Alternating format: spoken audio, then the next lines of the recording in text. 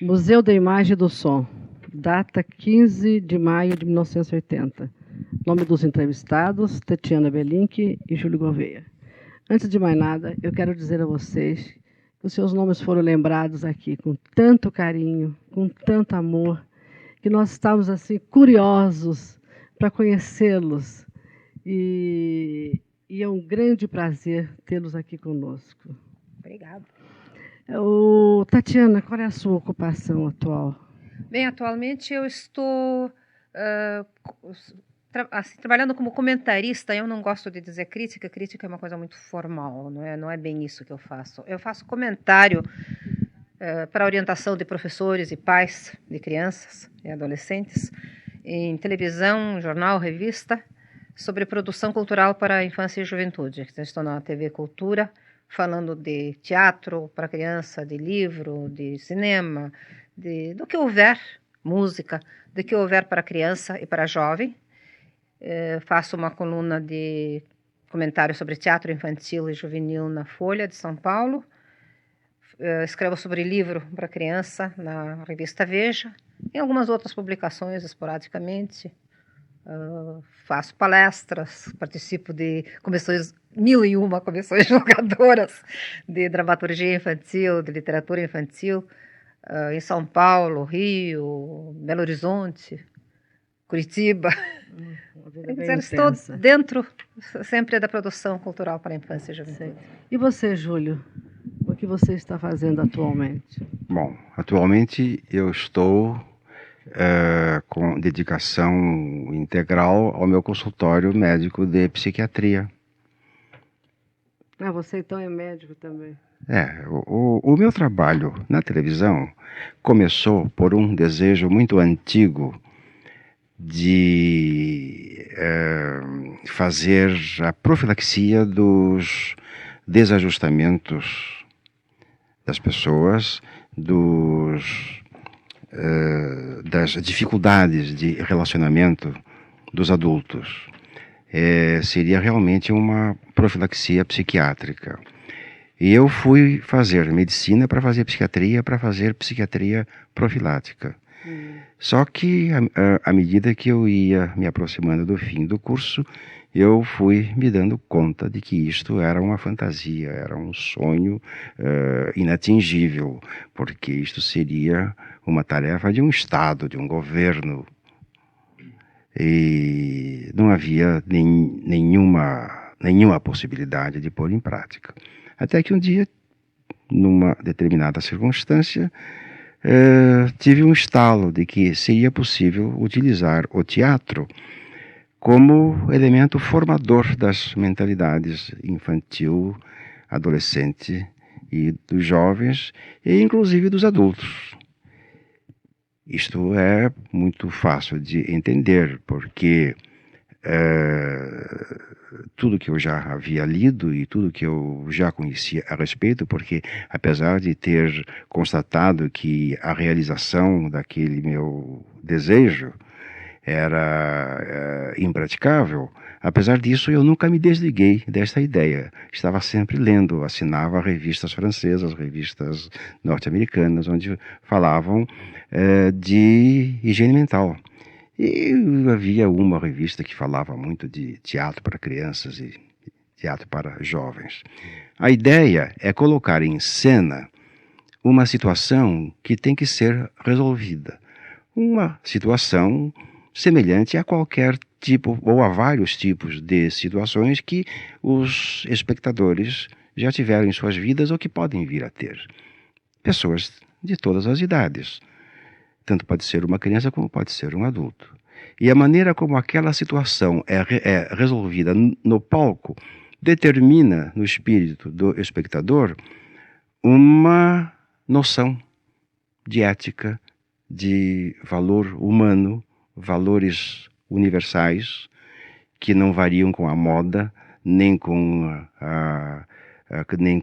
a época, nem com o lugar. Esses valores universais existem mesmo e continuam existindo até hoje. Então, a resolução da situação posta em cena determinava um conceito. Um conceito que muitas vezes a pessoa carregava para o resto da vida. Ou então, se já era um adulto, já formado, fazia com que este adulto corrigisse alguma tendência, algum tipo de comportamento que ele mesmo fazia a sua própria crítica. Não precisava ninguém lhe contar, porque a ideia do teatro na higiene mental, na profilaxia dos desajustamentos humanos, e os desajustamentos humanos são quase que sempre causados por erros conceituais, conceitos errados sobre as coisas, sobre as virtudes e os pecados, por assim dizer. Um preconceito errado, aliás, um conceito errado é um preconceito. Então, a estrutura básica, a estrutura fundamental do teatro educativo é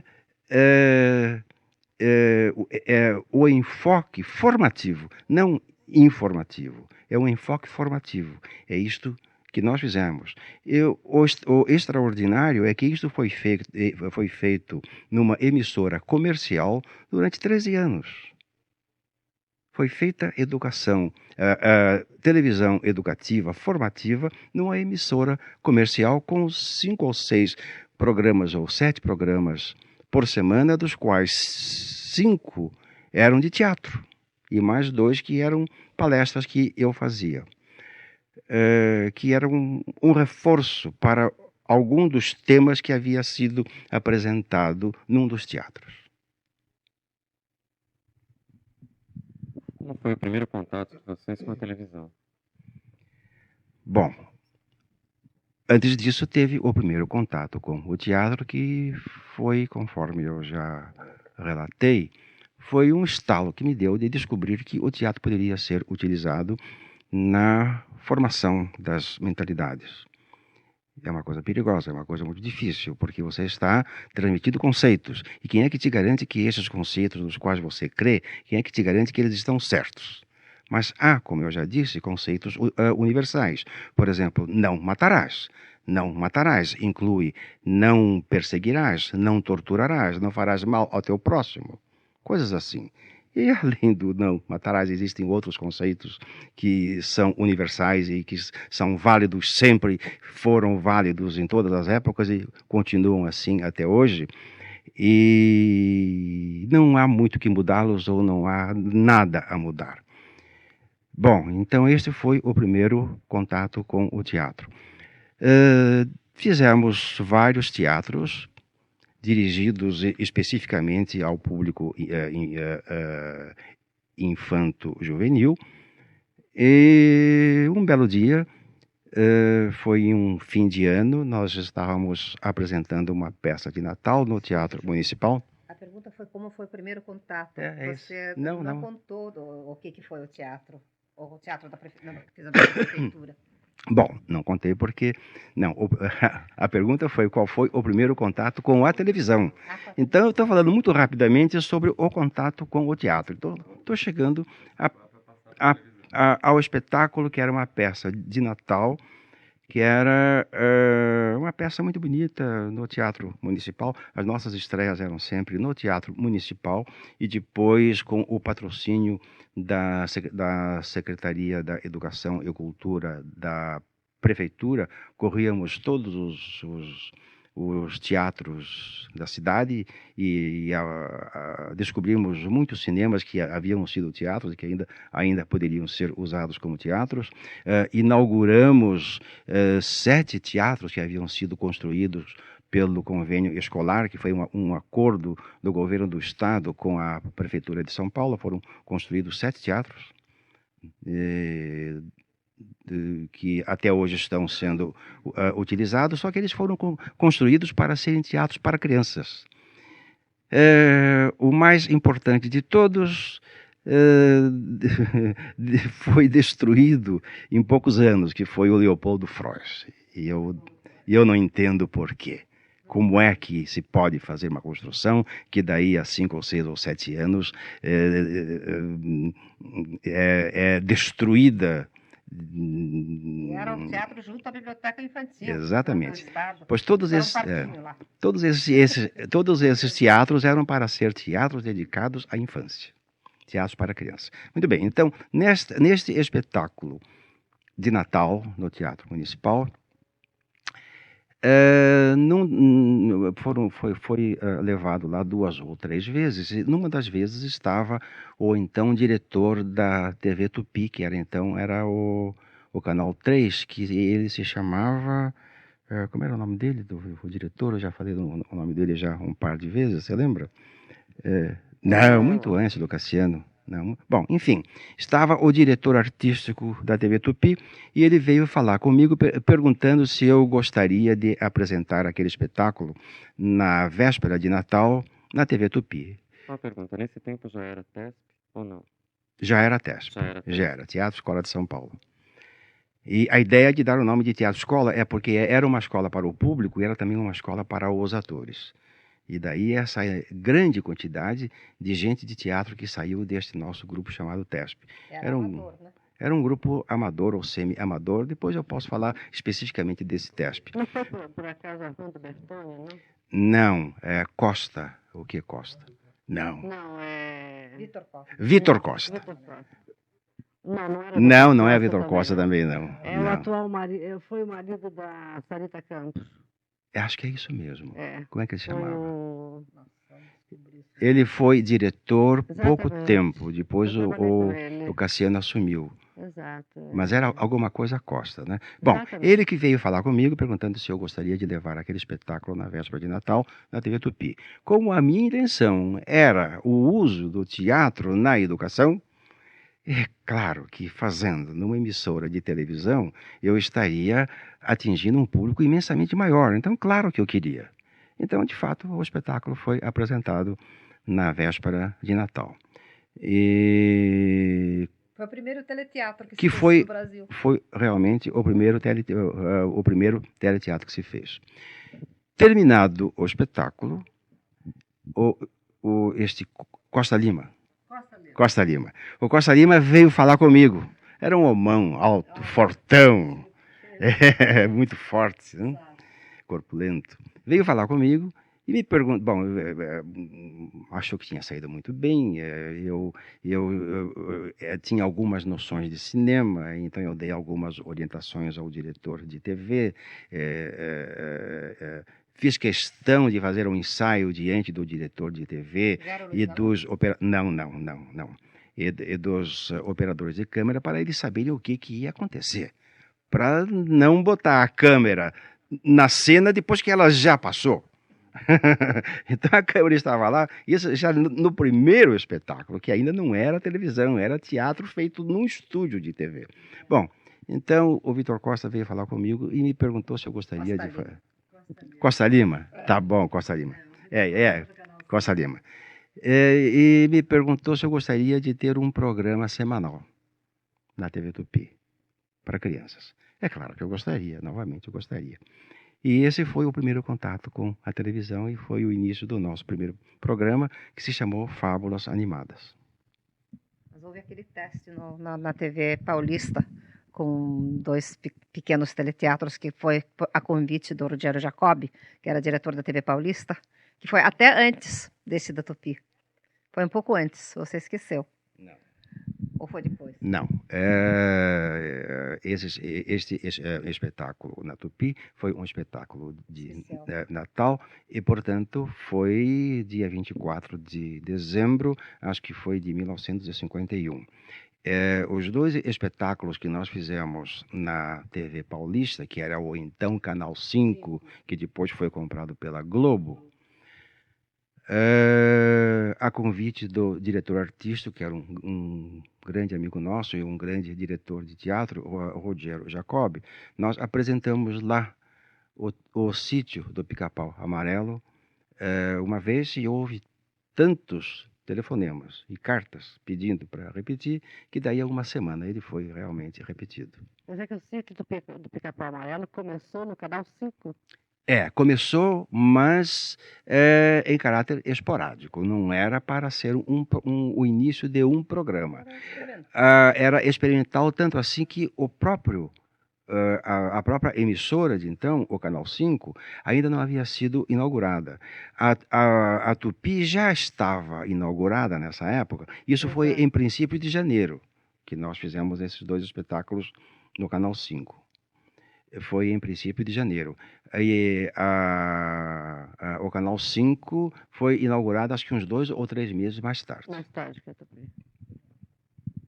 Dos trabalhos que vocês desenvolveram na televisão, quais os trabalhos que mais marcaram pra vocês? Eu acho que marcou muito o Sítio do Pica-Pau Amarelo pela força da obra de Monteiro Lobato, que nós acompanhamos com a máxima dedicação e fidelidade. Que as primeiras 2 histórias que adaptou foi o Júlio, mas dali em diante fui eu. E adaptei cerca de 300 episódios do Sítio do Pica-Pau Amarelo. Agora, no fim do ciclo de 300, voltava da capo e começava tudo de novo, porque como era uma vez por semana, no começo eram 200 e tantos episódios, levava uns quase 4 anos uma série. No fim de 4 anos já havia uma safra nova de crianças para começar a ver o Sítio do Pica-Pau Amarelo, e aquelas que já tinham assistido, quem conhece criança sabe que isso é verdade, adora repetir, rever o que já viu. Então, o Sítio do Pica-Pau Amarelo foi apresentado uma série no começo de 250, no fim até de 300 episódios, várias vezes, de 3 em 3 anos, assim, como nós ficamos 13, 14 anos na televisão, né? Então insistiu-se muito o Sítio do Pica-Pau, e ele marcou muito por uma também feliz confluência de circunstâncias. Nós tínhamos um grupo de atores espetaculares para fazer os personagens. Havia a Lúcia Lambertini, quem se lembra, era uma Emília que o próprio Monteiro Lobato gostaria de ter conhecido, porque ela já não representava a Emília, ela incorporou a Emília. Ela era a própria, com todo o humor, com toda a graça. A direção do Júlio, não é por ele estar aqui perto, era muito boa, e os outros personagens também eram muito bons. Todo o grupo de atores, as crianças que participaram, Pedrinho e Narizinho, todos muito entusiasmados, muito bons. Então, foi realmente o que marcou muito. Até hoje as pessoas se lembram, os adultos hoje se lembram muito do Sítio do Pica-Pau Amarelo. Agora, das coisas que eu fiz, claro que eu gostava demais de fazer o Sítio, gostava demais. Mas o que eu gostava mais de fazer era o Teatro da Juventude, que era o grande programa do TESP, né? Que era um teatrão, aos domingos, com peças de 1h30, o que hoje se chama um especial, e que tem 50 minutos. Era o nosso teatro de domingo, de todos os domingos, que tinha 1h30, às vezes até mais. E que aí eu podia realmente diversificar, porque adaptava desde literatura, desde contos de fadas, até contos da grande literatura brasileira e estrangeira. E também inventava muito, né? Por exemplo, uma notícia de jornal interessante dava uma peça, dava um teatro. Uma biografia de algum personagem interessante, famoso, dava uma peça de teatro. E então isso era para mim muito interessante, muito gratificante. E o resultado, cada vez era uma coisa muito diferente da anterior, né? Então era uma riqueza, era um enriquecimento para mim e para o Júlio, e eu acho que também para o público. Eu gostava mais de fazer o Teatro da Juventude. Realmente, de todo o trabalho que nós fizemos, não só como televisão, mas como televisão educativa, formativa, o mais importante foi o Teatro da Juventude, porque pela diversificação contribuía muito para a formação do público e também podia ser informação. Por exemplo, eu tinha uma liberdade total, eu tinha, como produtor independente, eu tinha carta branca, não tinha contrato com a emissora, nunca tive contrato, e os meus contatos não eram com a direção artística, não eram nem com a direção geral do Sumaré, eram com a direção geral das emissoras associadas na 7 de abril, a partir do próprio Edmundo Monteiro. Então, tudo corria como eu queria, tudo assim, num manso lago azul. E dentro desta liberdade total e absoluta, nós criamos várias novidades, não? Houve várias invenções, como, por exemplo, quando foi por ocasião da vida aliás, não bem a vida, mas a descoberta da América por Cristóvão Colombo,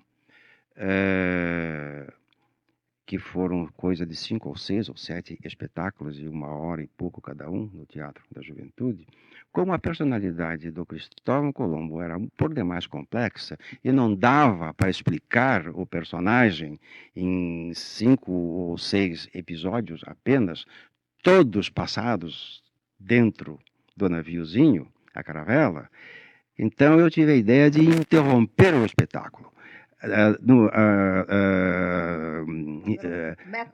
A certa altura, um dos personagens parava e dizia: "Ô, Júlio, isso aqui eu não estou entendendo, não sei como fazer porque eu não entendo." Aí eu entrava em cena. A primeira vez que isso aconteceu, São Paulo inteira pensou que o ator havia esquecido o papel e havia se perturbado. Aí eu entro em cena, os atores ficam à minha volta e eu explico o porquê daquela cena. E aí eu posso contar alguma coisa do Cristóvão Colombo em torno deste aspecto da personalidade dele, que era um tanto contraditória. E o espetáculo prosseguia.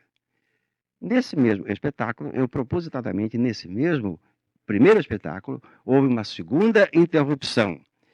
Aí, para não ficar igual, eu, dentro do estúdio, gritei: para que não é assim.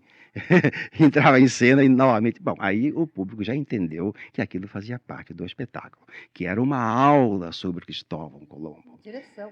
E direção.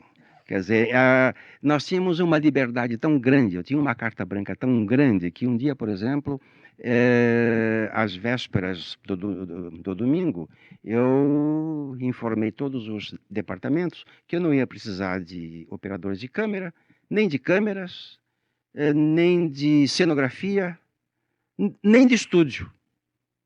Bom, ninguém se espantou, ninguém perguntou por quê. É que tive a ideia de fazer história em quadrinhos, a famosa história de Juca e Chico. Comprei uma meia dúzia de volumes do Juca e Chico, cujos quadrinhos eram exatamente do tamanho das moldurazinhas da projeção. Preparamos umas 3 ou 4 ou 5 dúzias de pentes, cada pente tinha 5 gravuras, e o texto era lido por mim na cabine de locução, e havia um texto com o sonoplasta, um texto com a projeção, um texto comigo e um texto com o sonoplasta. Foi uma sonoplastia maravilhosa. Quem conhece ou quem ainda se lembra das histórias de Juca e Chico já pode imaginar a riqueza de sonoplastia que pode ser feita.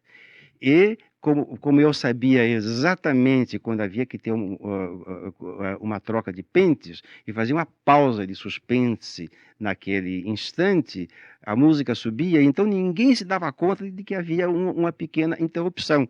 A coisa fluía com uma naturalidade espantosa. Foi um dos mais belos espetáculos que nós fizemos. E me custou apenas 6 livrinhos de Juca e Chico.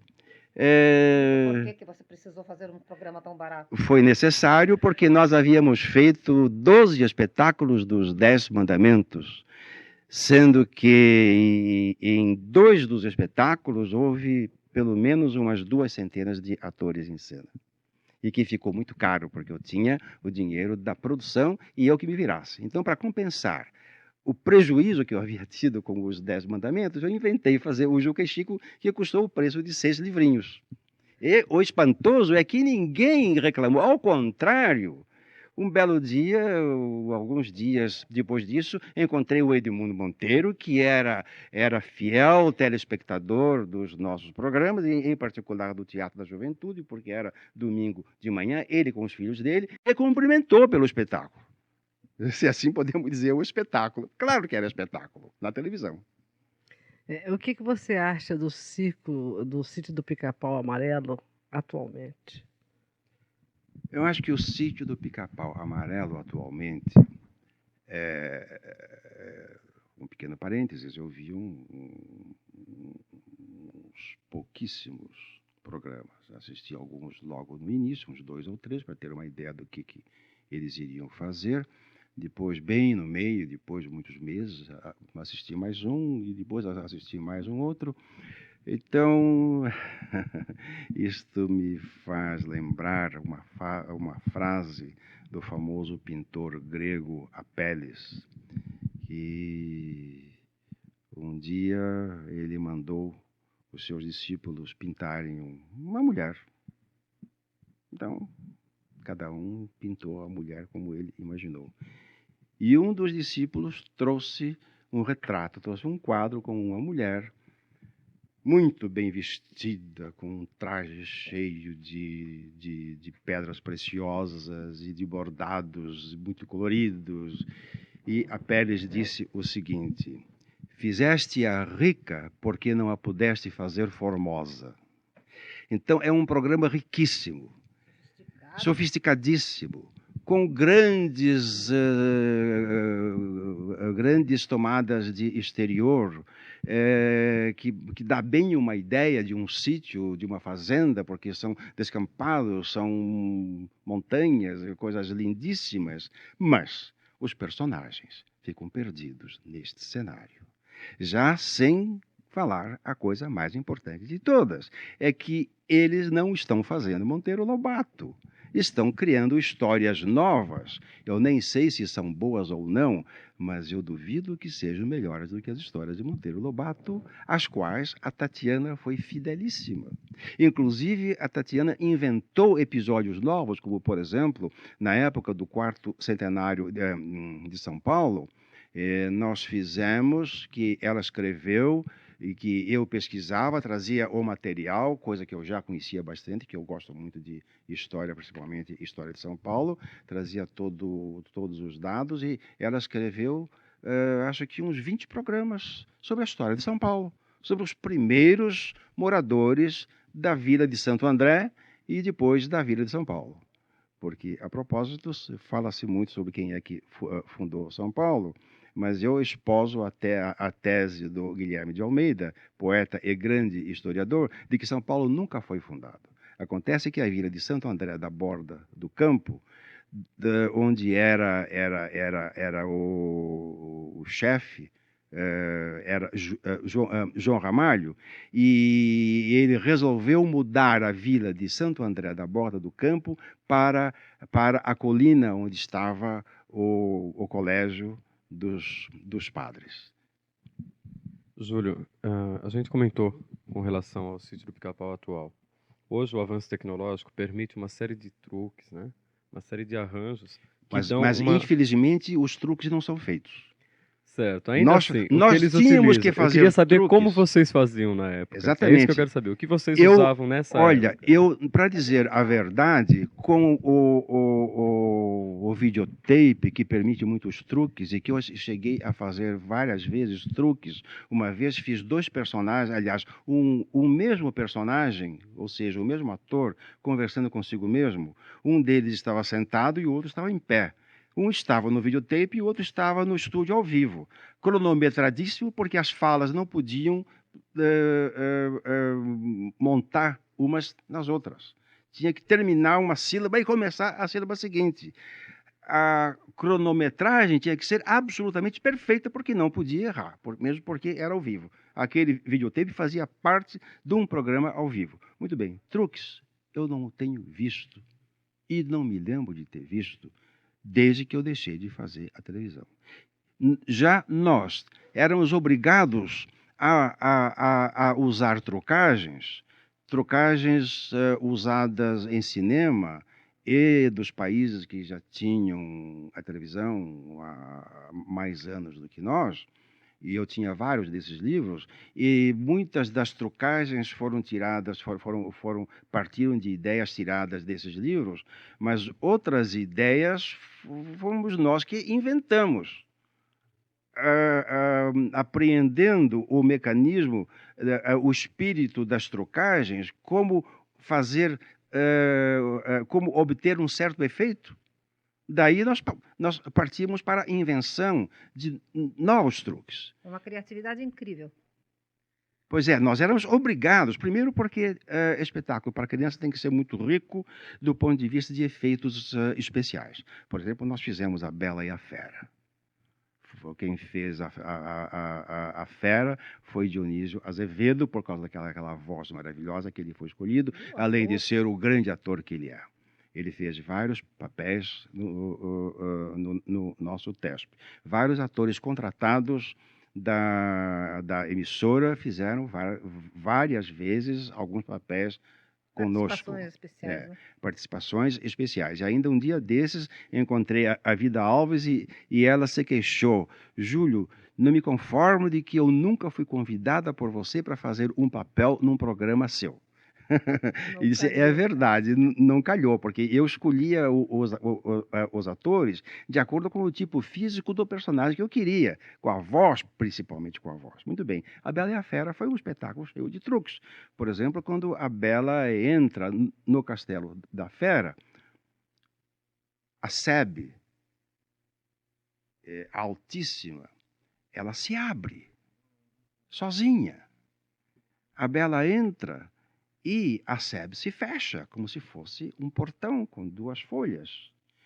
Ela vai entrando, tem um imenso corredor, existem braços segurando tochas, e os braços se erguem à medida que ela vai passando. Tem um braço de cada lado, é um par de braços com as tochas acesas, e as tochas se erguem como que cumprimentando, recebendo a Bela, como se ela já estivesse sendo recebida. Ela entra num grande salão, um imenso salão, onde ela encontra uma mesa toda servida, e tem, quer dizer, já servida, com as iguarias e inclusive com uma jarra com vinho. Ela vai sentar, a cadeira se afasta, ela se coloca entre a mesa e a cadeira avança, como se alguém tivesse puxado a cadeira para ela poder sentar. Aí a jarra de vinho se ergue no ar lentamente, sem tremer, se aproxima da taça e despeja vinho sem derramar uma gota e enche a taça de vinho. E como foi feito esse truque? Bom, o truque, esse aqui é muito fácil imaginar. Havia uma pessoa que já tinha, que havia ensaiado isto antes do espetáculo. Era feito ao vivo, não podia errar. 2 cordões como o teatro de marionetes. Pois é, como o teatro de marionetes. Um fio preso na alça, não, da jarra, e outro fio preso no fundo da jarra, na parte posterior, de maneira a poder erguer reto e depois inclinar a jarra para despejar o vinho. Depois invertia o movimento, ela voltava à sua posição original e voltava para o seu lugar e pousava sobre a mesa. Tão simples. Mas tão bem ensaiado. Agora, você se lembra de ter visto qualquer coisa de parecido na televisão desde que acabou o TESP? O que fazem mesmo com o equipamento é arrested motion. As pessoas se movem e param. Isso aparece muito. Se congela. Né? Atualmente, o que acontece atualmente? 10 mandamentos parece que também foi usado bastante truque. Nossa. Foi. Teve, por exemplo, Milagre. a abertura do Mar Vermelho e depois o fechamento do Mar Vermelho. A abertura do Mar Vermelho, que por sinal foi uma ideia que foi a Tatiana que teve, e que depois eu me lembrei que do filme do Cecil B. DeMille, que havia passado aqui quando eu era bem mocinho, é assim que Deve ter sido feito que assim, deve claro. ter sido feito. Inclusive, eu acho que eu li em algum lugar, mas eu tinha esquecido. Foi ela quem lembrou. Reinventei a roda. Reinventou. Agora, então foi a abertura do Mar Vermelho, foi uma filmagem numa grande maquete, uma maquete muito grande, com duas caixas de forma... Dois tanques. dois grandes tanques, com espaço no meio, e os tanques tinham que ser muito grandes, porque a água que era despejada pelas bordas do tanque, quando se enchia completamente o tanque, claro que a água tinha que cair por um dos lados. Caía pelo lado mais baixo, que era aquele que a gente queria por onde caísse. E depois era só inverter o filme para abrir o Mar Vermelho. Não contou, que eram 2 tanques que você juntava as águas. Sim, derramava e depois invertia. Ao inverter, as águas se abriam. Então tinha que ser um tanque muito grande para não se ver as bolhas da água. Agora, o fechamento do Mar Vermelho foi mais extraordinário ainda. Nós usamos os 3 estúdios, porque tinha cerca de 300 atores, porque tinha que fazer a multidão do povo judeu saindo e tinha que fazer a multidão dos soldados egípcios perseguindo. Então, era muita gente em cena. Então, além dos 3 estúdios, nós usamos também uma saída que dava para o exterior, que era a entrada dos caminhões para o estúdio, trazendo o material de fora. O cenógrafo, sempre junto comigo, nós é que bolávamos as coisas juntos e ele executava maravilhosamente. O melhor cenógrafo que se poderia imaginar, o Alexandre, ele armou um cenário nesta passagem no exterior, e no alto foram colocadas 4 caixas d'água, ou 5 caixas d'água de cada lado, lá no alto. 5 caixas d'água de madeira, e que na parte mais inferior tinha uma pequena fresta longitudinal. De lona. Sim, as caixas eram de madeira forradas de lona. E na caixa uma fresta longitudinal de toda a extensão da caixa. Então a lona ficava a descoberto. A lona estufada, porque as 10 caixas d'água estavam com 1.000 litros cada uma. E havia uma pessoa com uma faca muito afiada ao lado de cada caixa. Eram 10 pessoas encarapitados lá no alto. E na hora que os soldados egípcios vão correr atrás do povo judeu, o diretor de estúdio dá um sinal e aqueles 10 homens, ao mesmo tempo, enfiam a faca na lona e rasgam aquilo, então despeja 10.000 litros d'água, 10 toneladas de água. E não era dentro do estúdio. Era passagem, era a passagem. Mas pode estar certo que foi muito real essa cena, porque os atores sabiam que ia acontecer, mas não imaginavam aquela quantidade de água com aquele peso, e como era uma rampa inclinada, evidentemente, como era uma rampa, eles caíram, escorregaram e rolaram uns em cima dos outros. Foi uma cena belíssima. Emocionante para nós que fazíamos. O diretor de TV era Hélio Tosi, que era casado com a Lúcia Lambertini. Algumas vezes eu e o Hélio chegamos a subir na mesa do controle de alegria para poder olhar o estúdio, para poder dar os parabéns para os operadores de câmera. Nós ficávamos em pé em cima da mesa, aí, bravo, muito bem e tal. Esse aqui era Moisés, nessa série. Ele não quis segurar a cobra. O José Cérebro, que está aqui ao lado, ele fez o Moisés maravilhosamente. Mas isto ele vai contar, mas que ele não queria segurar a corda, a cobra, a Tatiana já contou. E não havia jeito, não. Não havia jeito. Então, a solução foi arranjar Porque o bastão de Moisés se transforma em serpente, né? Pois é. Então, o jeito foi arranjar uma outra mão. Um outro braço parecido com o braço do Cerber, com uma mão parecida com a do Cerber, e que segurava a cobra. E a cobra... Todos cooperavam nos nossos programas. Todos, inclusive a cobra. A cobra assumiu a forma do bastão, inclinou a cabecinha, encurvou assim o pescocinho. Foi mesmo. Inclinou.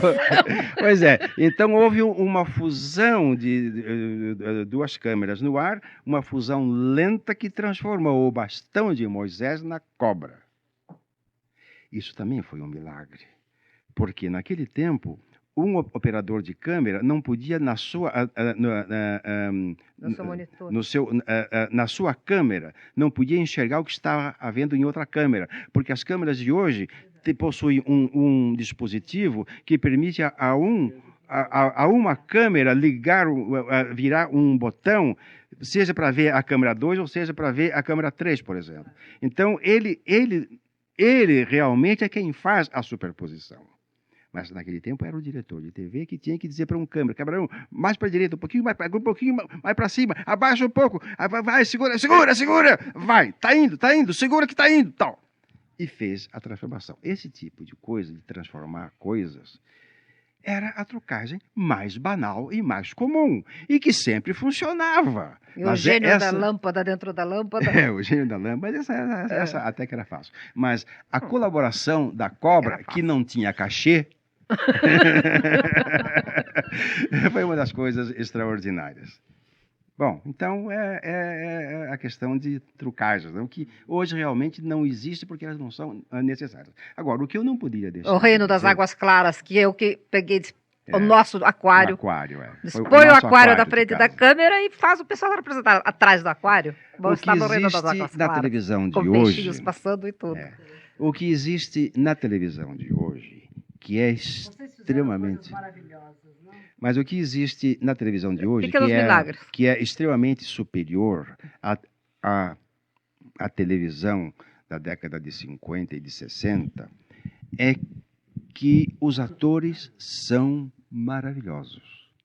Os atores, na imensa maioria, todos, não apenas os que fazem os principais papéis, mas até os outros papéis secundários, são magníficos atores, de grande experiência de teatro, de grande experiência de televisão. Então, eles conseguem o milagre de praticamente sem ensaio, ou totalmente sem ensaio mesmo, conseguem fazer espetáculos muito bonitos e perfeitamente muito corretos e muito limpos. Sem brilho, muitas vezes, vamos assim dizer, ou quase sempre sem brilho. Sem aquele brilho que havia os espetáculos da década de 60, que havia o TV de Vanguarda, o nosso Teatro da Juventude, eram os dois teatros que eram mais que apresentavam mais brilho. Então não tem aquele brilho, mas tem a correção, a lisura que não havia naquele tempo. Havia cenas que a gente achava, que bonita que foi essa cena, mas hoje não. Hoje, como espetáculo de cinema, é perfeito. Também é montado, né, depois. Sem a menor dúvida. Agora, o extraordinário, o mais extraordinário, é que eles conseguem isso também, é o outro milagre dos tempos atuais. Eles fazem isso sem ensaio. Porque nós, para podermos fazer um espetáculo de meia hora, como era, digamos, o Sítio, como eram os nossos seriados, que eram de meia hora, o Sítio de início tinha até 45 minutos, e eram todas às 8 horas da noite, no horário nobre. O Sítio do Pica-Pau Amarelo era às 8 horas da noite. Eu fazia um ensaio de 5 horas para meia hora de programa. Mas é que era ao vivo e não podia errar. Então, o milagre dos tempos atuais é que sem ensaio de todo eles conseguem fazer um trabalho tão correto como esse que a gente vê várias vezes todas as noites. Com relação à entrada do videotape, o que aconteceu então com o grupo do TESP? Mas o TESP saiu antes do videotape. Saiu do ar antes do videotape. Praticamente. Eu cheguei a usar o videotape, como eu já disse, como para efeitos especiais. Efeitos especiais. Mas quando se anunciou que iria entrar o novo esquema de funcionamento da emissora, porque agora seria tudo gravado em videotape, a modificação da estrutura do funcionamento da emissora era tão brutal e que eu vi que o tipo de espetáculo, o tipo de trabalho que nós fazíamos não seria mais possível. Porque a primeira coisa é que todos os programas de teatro passariam a ser apresentados, a ser postos no ar todas as noites ou todos os dias. Portanto, as gravações ficariam para cada produtor, diretor, ficariam divididas em 2 ou 3 vezes por semana, gravando, digamos, vamos dizer, 2 capítulos ou 2 episódios em cada gravação, ou, se possível, 3. A primeira coisa que eu constatei é que não ia haver ensaio. Então, pode-se fazer sem ensaio, como agora, uma novela muito bem feita, mas onde o que acontece tem apenas aquela importância que é dada pelo espectador. Não tem a responsabilidade da educação formativa, onde, para princípio de conversa, o ator, muitas vezes, tem que ser instruído sobre o tipo de mensagem que ele tem que levar ao espectador. Muita noção de ética, de relacionamento humano, que ele desconhece. Porque senão ele seria psiquiatra, seria sociólogo, não iria ser apenas ator. E para ser um bom ator tem que ser realmente psicólogo e sociólogo, etc, etc, etc. Está aqui o Zé Seber, aqui ao meu lado, ele sabe disso. O que ele aprendeu... Então, muitas vezes, primeiro era o próprio ator que tinha que receber a informação da situação, para saber qual seria a mensagem. Aí ele tinha condições de fazer a interpretação. Porque o que eu descobri era que a técnica ideal de representação e de direção era a técnica do método de Stanislavski, que o ator tem que entender aquilo que ele está fazendo. Para você, Tatiana, a entrada do videotape, você que escrevia para a televisão, mudou a tua linguagem? Eu acho que não, porque o Júlio fez uma série em videotape do Sítio do Pica-Pau Amarelo, quando saiu da Tupi, em 63, 64, ficou fora do ar, e em 68 voltou, mas para a TV Bandeirantes, e para fazer uma série de Sítio do Pica-Pau Amarelo, mas já em videotape e todos os dias. Para mim não mudou nada, porque eram os mesmos scripts, as mesmas coisas. Agora, para o Júlio mudou muito. Foi um trabalho infernal e não deu tanto resultado, um resultado tão brilhante como na primeira série. Agora, para mim, não fazia diferença. Eu acrescentei, eu escrevi mais episódios para essa série. E da mesma maneira, da mesma forma. Inclusive, sabendo que era videotape, eu me preocupava menos com o problema das trucagens, achando que seria mais fácil. E acho que nem aconteceu isso. Nem sequer aconteceu isso. Mas, para mim, tanto faz escrever para teatro, como para televisão, como para cinema, por exemplo, é um script parecido com a televisão, ou vice-versa hoje. Não seria isso que iria fazer a diferença. Dava algumas facilidades, né? Precisava me preocupar menos. Na realidade, para mim, que vinha do tempo da televisão ao vivo, não me trouxe facilidade nenhuma, só me trouxe dificuldades. Porque eu não aceitava a ideia de não fazer ensaio. Então eu comprimia o tempo de uma forma estúpida, mas conseguia fazer pelo menos 1 hora de ensaio. O que quer dizer estúpida? A alteração que o videotape trouxe para a televisão, que era feita ao vivo, foi principalmente um relaxamento das tensões. E, portanto, um relaxamento no planejamento, um relaxamento na criatividade. porque todo mundo está sabendo que se errar pode voltar e fazer de novo.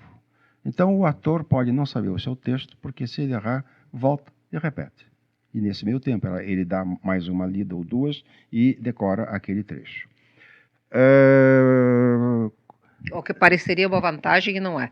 Pareceria uma vantagem, mas evidentemente não é. Por exemplo, na Bandeirantes, uma vez parou uma gravação porque na história um gatinho que tinha que tomar leite em um pires.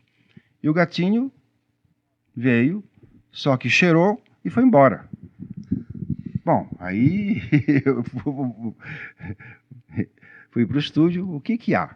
Aí o contra-regra me disse que o gerente financeiro, não sei como é que se chamava, da emissora, que era quem decidia uma série de coisas, que era muito diferente do meu tempo, onde era eu quem decidia tudo, o gerente achou que não havia necessidade de pôr leite, porque tinha que comprar um litro inteiro de leite por causa de um pires de leite. Então ele mandou botar água com cal. O gato não é idiota, né? Evidentemente, bom, aí eu tive que sair do estúdio para ir para a sala deste cidadão, para dar a maior bronca do mundo, para dizer para ele, sabe qual foi a sua economia de um litro de leite, que custa X cruzeiros? Foi algumas dezenas de milhares de cruzeiros com equipamento ligado sem funcionar. Manda comprar. Eu não disse eu vou comprar. Manda buscar o litro de leite e o equipamento vai continuar ligado à espera do leite. Bom, nunca mais ninguém modificou nada nos meus pedidos. Porque nos tempos da Tupi não havia pedidos. Eu ia para o contra-regra, dava um script para ele, e junto com ele verificávamos tudo o que era necessário. Ia para o cenógrafo e juntamente com ele víamos tudo aquilo que eu imaginava. Muitas vezes bolávamos cenários de técnicas diferentes. E com o advento do videotape, era feito tudo por escrito. Então ele viu lá 1 litro de leite para o gato tomar um pires de leite. Achou que era um desperdício muito grande. Então custou muitos milhares de cruzeiros o equipamento todo ligado à toa. Então, e o tempo perdido? Bom, uma vez veio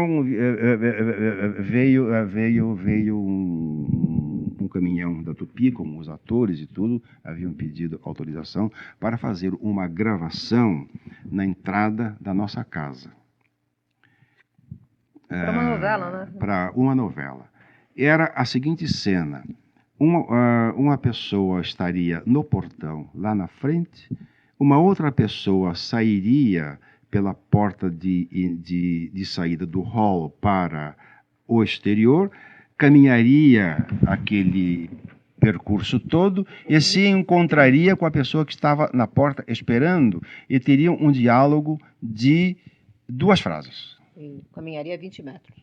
E andaria 20 metros. A gravação foi marcada para as 10 horas. Eles interromperam, depois de ter feito pelo menos umas 15 vezes, interromperam às 6 horas porque já não tinha mais luz e marcaram para o dia seguinte, novamente às 10 horas, e só terminou às 2 da tarde. Isto era, acredito que hoje já não é mais assim. Mas eu tenho certeza de que os custos gerais das emissoras poderiam ser cortados em 10 vezes se houvesse um planejamento para executar os programas como se fosse ao vivo. Porque é um absurdo. É um despautério. É um despautério. Porque eu vi, por exemplo, a televisão em Londres, ela é gravada em videotape, mas é executada como se fosse ao vivo. Apenas o videotape grava da execução feita como se fosse ao vivo. Então eles têm um rolo para poder repetir, para poder fazer em outros lugares. E principalmente o videotape permite interromper para fazer um envelhecimento de um personagem de uma cena para outra. Ou uma troca de roupa, de tirar uma roupa esporte e aparecer na cena seguinte com um social, com um terno e gravata, coisas assim.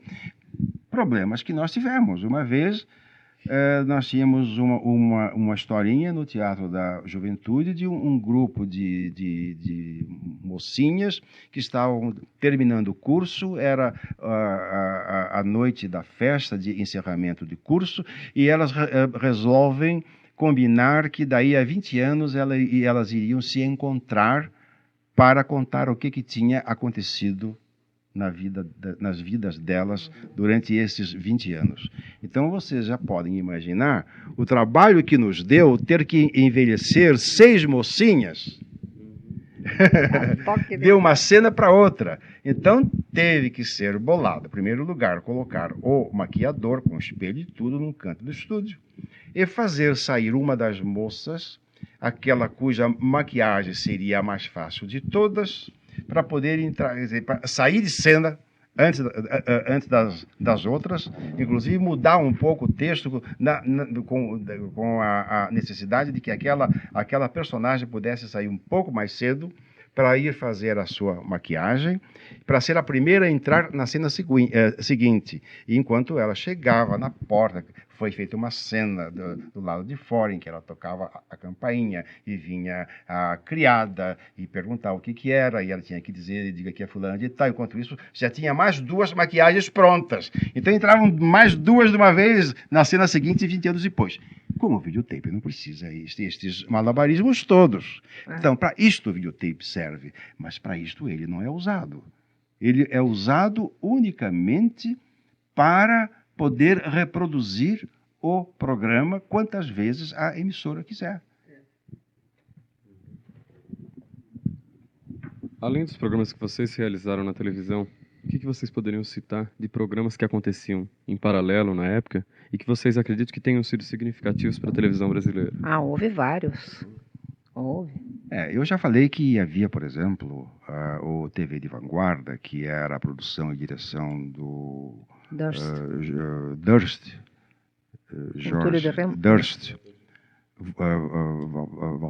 George Durst, que hoje está na cultura, que é um grande talento, é um homem de uma grande cultura geral.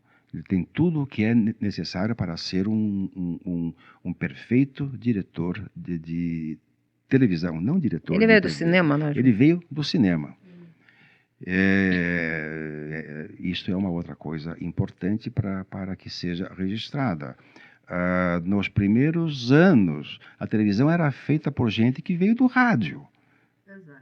Eram todos vindos do rádio. Então, vinham com todos os cacoetes específicos do rádio.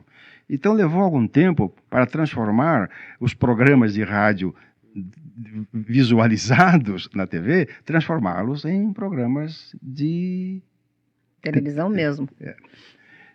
Mas depois, aos poucos, vieram outras pessoas. Então, o Durst, desde o início, ele foi o primeiro e foi sempre o único diretor do TV de Vanguarda. O TV de Vanguarda. Ele produziu, ele dirigiu espetáculos magníficos. O Cassiano também produziu o TV de Vanguarda. O Cassiano também. Agora, a direção dos atores e a direção de TV era do Cassiano, porque ele era diretor de TV, mas a direção dos atores era do Durst. Eles fizeram coisas realmente maravilhosas. Mas o TV de Vanguarda não era muito maior em realização do que o nosso Teatro da Juventude. Só que o nosso Teatro da Juventude era todos os domingos de manhã, às 10h30 da manhã. E o TV de Vanguarda era cada 15 dias. Havia os musicais. Musicais maravilhosos. Por exemplo, basta dizer que o público de São Paulo, aliás, o povo da cidade de São Paulo, pagou o balé do 4º centenário e não viu o balé do 4º centenário. Nós vimos o balé do 4º centenário no Rio de Janeiro, por acaso.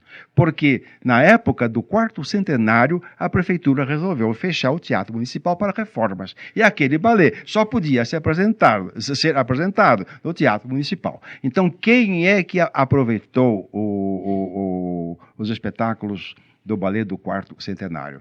foi o público de televisão, porque o Pinhatari patrocinou um belíssimo programa, Música e Fantasia. Música e Fantasia, todas as semanas, com o Ballet do Quarto Centenário. Havia telejornalismo. Bom, muito bom. Esse hoje talvez possa até ser melhor, não sei. Mas claro, com o equipamento moderno ele é melhor. Qual é a sua visão de vocês aí, pessoal, sobre a televisão de hoje? A visão é que ela poderia e deveria ser muito melhor do que é. Com os recursos que são empenhados na televisão, com o dinheiro que é usado na televisão, com os artistas e jornalistas e profissionais em todas as áreas de altíssimo gabarito que nós realmente temos, faz-se alguma coisa boa, não há dúvida, alguma coisa boa se faz, mas poderia e deveria se fazer muito mais mesmo. Por exemplo, é uma pena que todas as emissoras acabaram por cancelar os especiais, que eram os programas de teatro, não? Exato. Que diferem da novela, porque é uma peça de teatro de 1h30, uma hora e meia. Mas os teatros que poderiam ser feitos, e que há muito público para isso, e o jeito de provar que há público seria fazer um teatro no horário. Uma emissora que estivesse com pouco Ibope começar a fazer um teatro nesse horário para provar que dá Ibope. Com relação a características artísticas do trabalho e da criatividade, o que você acredita que seja melhor, a TV de hoje ou a TV do tempo em que vocês estavam atuando? Bom, eu já expliquei que o videotape não é que ele destrói a criatividade, mas ele não dá muitas oportunidades para a criatividade. Eu acho que não está sendo usado como deveria não está ser sendo usado. Não é que destrói. O videotape não tem culpa. Ele causa uma preguiça por aquilo que eu já disse. Todo mundo sabe que se errar pode repetir. Se faltar o objeto em cena, pode parar e quem esqueceu vai buscar e não será punido por isso, com todo o prejuízo que está sendo causado à emissora com o equipamento ligado, esperando que ele vá buscar aquele objeto. Você está falando só de teatro, Júlio. Você acha que isso acomoda mais o artista? Acomoda, mas evidentemente. O Zé Server está aqui ao lado, ele tem experiência de televisão. E acomoda, evidentemente, acomoda o artista, acomoda todos. E como não há possibilidade de ensaio, não há diretor. E como não há diretor, a televisão de hoje é como essas peças de teatro que têm aparecido de uns poucos anos para cá, que são trabalho de equipe, direção de equipe. Que às vezes dá certo e às vezes não. Às vezes dá certo, mas provavelmente não vai dar certo. Muitas vezes é um texto de equipe, que pode ser que dê certo, mas na maior parte das vezes não dá certo. Então, hoje, cada elemento, numa emissora, cada um faz o que quer. O sonoplasta quer que o trabalho dele apareça. Então, nós vemos um fundo musical permanentemente numa enorme cena, ouvindo aquela mesma música. Ou uma música que não tem nada a ver. Quer dizer, é só a gente prestar atenção no cinema e ver que a música é um elemento para sublinhar uma cena. Ou comentar, ou reforçar. Ou reforçar, etc. Então, cada um quer mostrar o seu trabalho como se fosse o mais importante. E cada um cuida da sua própria vida. E não quer saber, não sabe do que o outro está fazendo e nem quer saber. E como não existe diretor, porque o diretor, eu acho que nem existe mais, não é? Existe, mas diluiu-se. Diluiu-se. Tem apenas no nome. Existem alguns diretores que exigem a direção. Por exemplo, o Walter Avancini é um deles, que é da velha guarda, que está na ativa. O Ademar Guerra. Ademar Guerra. Mas o Avancini, principalmente, eu sei que ele exige ensaio. E ele dirige mesmo o que eu já sei que hoje em dia não é fácil. Que desde os atores que se rebelam contra a direção de um diretor, porque muitos deles acham que entendem mais que o diretor. Então, não é fácil para uma pessoa como o Avancini conseguir dirigir, mas ele consegue, ele dirige. E qual é a sua expectativa assim, em relação à televisão no futuro? No mundo se faz tanta coisa boa em televisão. Porque faz-se muita coisa boa, muita coisa interessante na Inglaterra, na França, até nos Estados Unidos. Se bem que o que eles fazem de melhor não mandam para nós, infelizmente. Mandam muita coisa, mas não mandam o melhor. Mas pode-se fazer, não há limite para o que a televisão pode fazer. A televisão é o milagre eletrônico que a gente sabe, pode fazer maravilhas em documentários, em tipo Cinema Verdade, mostrar a realidade do país. O Brasil é tão grande, é um continente, há tanta coisa para mostrar com interesse humano, não só paisagens também, mas nem só paisagens. A paisagem humana que é a mais importante. Para crianças e jovens, os documentários sobre flora e fauna e vida terrena, no terra, mar e ar. Não só teatro, o Júlio falou muito de teatro porque é o trabalho que nós fazíamos, era teleteatro. Mas a televisão é de uma riqueza incomensurável e não está sendo aproveitada. Infelizmente não está. E no futuro eu acho que com verbas, porque sem verba não se faz nada, e com gente realmente entusiasmada, interessada em informar, em formar, em mostrar, em abrir perspectivas de todos os tipos. Há um futuro imenso e lindíssimo para a televisão. Eu espero que ele se concretize mais dia menos dia, ou pouco a pouco. Eu acho que temos tudo a esperar da televisão. Um aspecto muito importante é que a televisão, quando começou, nos anos 50, nos nossos anos 60, a televisão era quase que especificamente para a classe A e B. O televisor era uma coisa cara e não era vendável em módicas prestações. Ou não me lembro bem, mas não se adquiria um televisor com a facilidade com que se adquire hoje. Nós sabemos hoje, quando a gente consulta um boletim do Ibope, que o grosso da população telespectadora são classe C e D, talvez até E também. Este público, que não tinha acesso a nenhuma informação, agora está sendo informado. Eu não sei até que ponto as nossas autoridades governamentais vão alimentar isto, porque um povo bem informado pode vir a ser uma coisa um tanto ou quanto perigosa. Mas a televisão está informando aquela massa do público que não tinha acesso a informação nenhuma. São pessoas que, se o preço do ônibus aumenta em um cruzeiro, eles vão correndo comprar passes, mas montanhas de passes para economizar por alguns dias. Então, essas pessoas não compram jornal. Júlio, só um minuto. No início da entrevista, você disse que a tua intenção era formar, informar, tá? Principalmente formar as pessoas. A televisão de hoje, você acredita que ela forma uma pessoa? Ela forma um indivíduo? A televisão de hoje... bom, eu não posso falar muito sobre a televisão de hoje, porque eu não conheço muito. Eu conheço os jornais, conheço vários deles, de vários canais. Conheci uma ou outra novela, e assim mesmo não de cabo a rabo, mas assisto um ou outro capítulo, uma vez ou outra. Não sei muito bem como é que está, mas não me parece que não esteja formando como formava naqueles tempos. Porque... Está, Júlio, dá licença. Eu acho que está informando muito, mas uma informação muito seletiva, muito escolhida.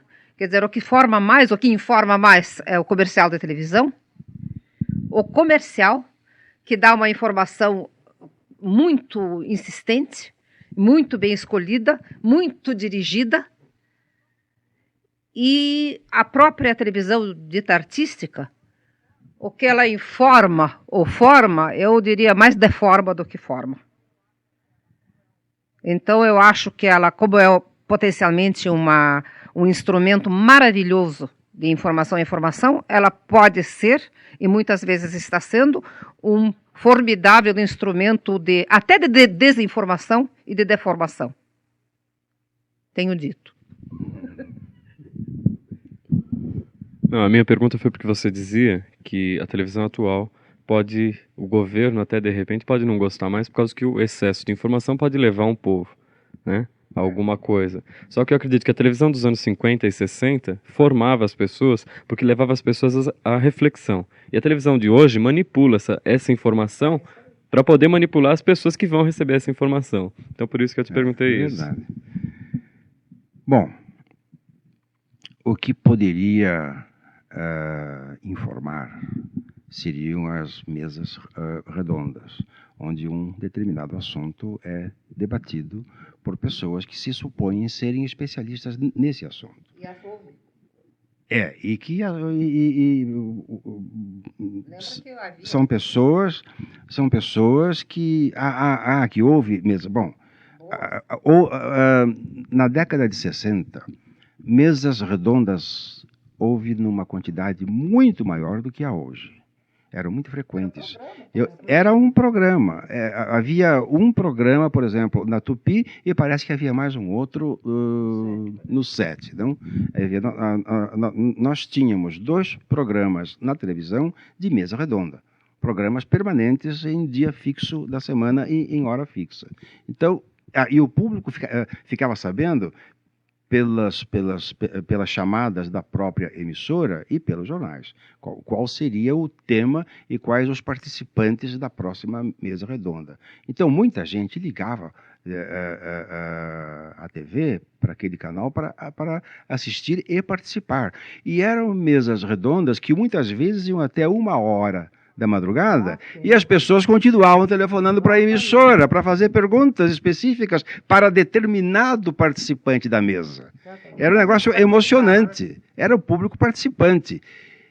Então, esse tipo de informação que é dado pela mesa redonda, hoje está quase que em desuso. Existe de vez em quando uma mesa redonda, mas não com aquela... Lembra do pinga-fogo? Pinga-fogo. O pinga-fogo retornou, mas não retornou como era naquela época. Ainda existe. Um dia desses eu vi, por acaso, ao redor de 11h30 da noite, um trecho de uma entrevista que se usava muito também, tipo... Bom, agora na cultura tem a Vox Populi, que é interessante. Pois é. É um programa interessante. Pois é. Programas desse tipo Vox Populi, em que há uma pessoa de uma determinada atividade e que é questionada sobre uma série de aspectos daquela atividade, e principalmente sobre aspectos em geral, em que ele responde não apenas como profissional, mas como especialista, mas que responde como cidadão. Um cidadão que paga impostos e que usa transportes e que enfrenta todas as dificuldades da cidade grande e que sabe o que acontece numa cidade grande. Então ele é questionado sobre coisas assim. Isto eu acho muito útil, extremamente útil. Mas como é videotape, isso é muito manipulado. Tanto as perguntas como as respostas são eliminadas ou introduzidas. Quer dizer, perderam a autenticidade, a participação verdadeira. Principalmente uma mesa redonda ao vivo é muito diferente de uma mesa redonda em videotape.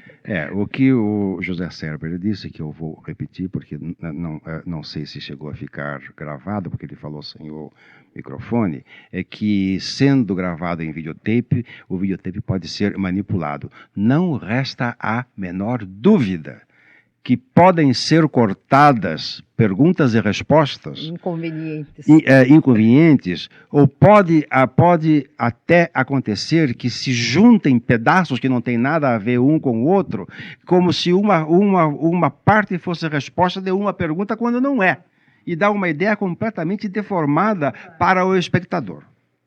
Isso acontece Um atualmente. dos problemas do videotape. É um dos problemas do videotape, que permite a manipulação. E, naqueles tempos, haveria o problema da censura, só que não havia censura. A censura existia, mas era uma censura que deixava praticamente aos cuidados dos produtores e dos participantes das entrevistas ou das mesas redondas, deixava a critério deles saber o que não seria possível falar ou de que forma não seria possível falar. Mas o fato é que havia essas mesas redondas, mas não havia a possibilidade da manipulação da fita do tape. Mas aconteceu algumas vezes tirarem do ar algum programa ao vivo. Aconteceu. Já aconteceu. Cortar. De repente cortava o programa. Eu me lembro, Todo mundo percebia. eu me lembro especialmente de um programa. É. Eu me lembro especialmente de um programa onde participavam 2 deputados, nossos amigos, e 2 vereadores, sendo que um dos vereadores estava sendo acusado de alguma malversação de fundos ou uma coisa qualquer desse tipo. Então foram chamados 2 deputados estaduais para acusá-los. E houve uma discussão tão calorosa, com palavras que foram crescendo em violência de tal forma, que a certa altura o programa foi cortado. Cortado no meio de uma frase. Isso que eu me lembro muito bem. Júlia e Tatiana, vocês têm alguma coisa ainda a acrescentar ao depoimento de vocês? Não, eu diria que eu sinto muito que ninguém esteja fazendo hoje. Já não digo aquele trabalho hercúleo que nós fazíamos de 5 programas por semana para criança, mas pelo menos um permanente, com um teleteatro assim, formativo, interessante, variado, artístico. Pelo menos um. São os meus votos. Que aconteça pelo menos uma coisa dessas logo, na televisão nossa. Pelo menos um bom programa para crianças. Variado, sobre muitos assuntos, que dê muita informação como moldura, mas formação como conteúdo. Bom, considerando que a televisão é propriedade particular, e que, portanto, tem primordialmente interesses comerciais, interesse de lucro, considerando isto, eu me pergunto e pergunto a quem de direito, por que a TV Cultura, que é do Estado, não apresenta algo de importante para o público telespectador? Não diga isso, tem coisas importantes e estão em pauta muitos programas bons agora, que eu sei. Estão em pauta, que você sabe, mas eu sei de bons programas que foram tirados do ar inexplicavelmente. Por quê? Isso eu já não sei. Isso eu não sei mesmo. Mas vão entrar outros programas muito bons. Em todo caso, se é para formular algum voto, eu formulo que a TV Cultura melhore a programação, atendendo mais a formação artística e ética. Uma coisa que nós não dissemos e que foi muito importante em todo o nosso trabalho é que todos os nossos programas, premeditadamente, propositadamente, começavam e acabavam com um livro. Até mesmo histórias que não foram tiradas de livros, a maior parte eram realmente tiradas de livros, mas uma parte não. Mas mesmo essas histórias, elas começavam com o Júlio tirando o livro da estante, abrindo o livro e começando a ler, e terminavam com ele encerrando a história, fechando o livro e pondo o livro na estante, promovendo a leitura deliberadamente, e isso realmente funcionava. Aqueles nossos meninos, as nossas crianças que assistiam nossos programas, hoje todo mundo sabe que livro apresentado na televisão vende. Então, esgotava edições. As editoras começavam a nos bombardear e a pedir para... Porque nós começamos timidamente pedindo licença para as editoras, lembra? Podemos adaptar tal livro, dá licença de adaptar tal livro. Pouco tempo depois, as editoras vinham implorar para a gente adaptar um livro, porque a criança assistia, sabia que era um livro, que existia o livro na livraria, mas corriam para comprar o livro. E isto foi uma das coisas importantes que eu acho, dos nossos programas, é que promoveu a leitura e criou uma geração de leitores de livros.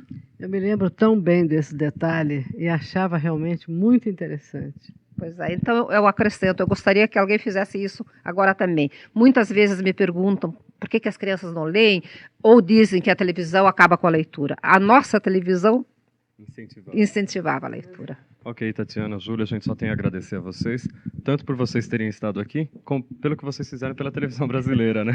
E foi uma entrevista maravilhosa. Muito obrigada a todos. Né? Muito obrigado.